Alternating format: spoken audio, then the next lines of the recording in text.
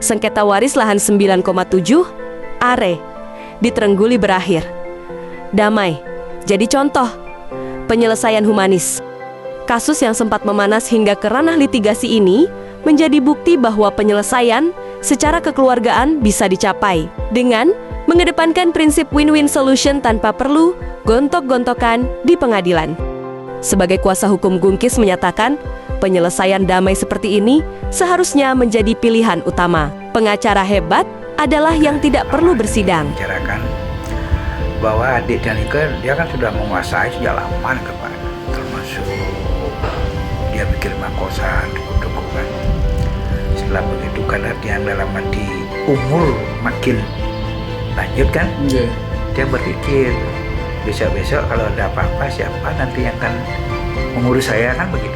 Sebab dan melihat istilahnya ya adik sendiri keponakan nampaknya ya mungkin dia tidak serius mengurus gitu kan. Dia tetap punya kepastian gitu.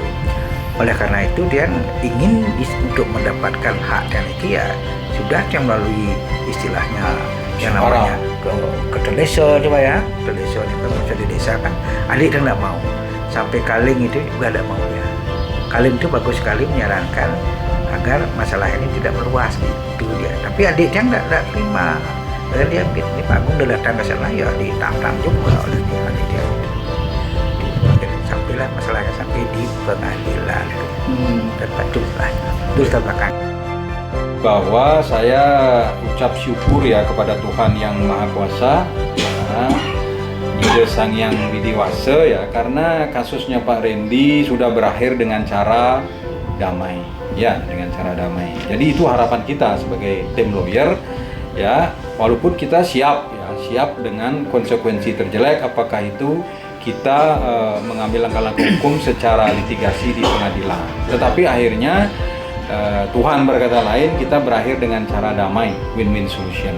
Ya, jadi saya selalu berprinsip bahwa pengacara yang hebat itu pengacara yang tidak pernah bersidang. Kalau bisa kita jangan bersidang. Kasus seperti ini juga muncul di banyak tempat. Ya. Kira-kira apa yang mungkin Pak Agung bisa sampaikan kepada masyarakat nanti pesan-pesannya terkait hal ini? Ya artinya begini. Kalau kita berbicara waris itu bukan punya kita, namanya juga waris, kan begitu kan? Itu tentunya punya leluhur kita, orang tua kita, ya. Karena sangat naif sekali, ya. Kalau yang bukan punya kita permasalahkan gitu, ya. Jadi seperti itu. Jadi saya mengharapkan kalau memang terkait permasalahan waris, ya selesaikanlah dengan cara baik-baik, dengan cara kekeluargaan dan sebagainya lah, ya. Kalau memang tidak bisa, ya hadirkan pihak ketiga untuk memediasi dan sebagainya.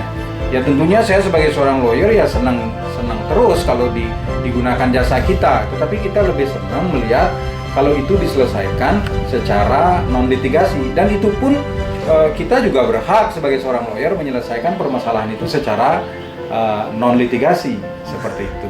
Jadi itu harapan kita ya. Tolong jangan itu dibawa ke ranah hukum yang akhirnya keluarnya hitam putih gitu. Kalau tidak kalah menang, kalau tidak dapat habis gitu aja. Berita selengkapnya, Seperti itu. klik dunianewsbali.com.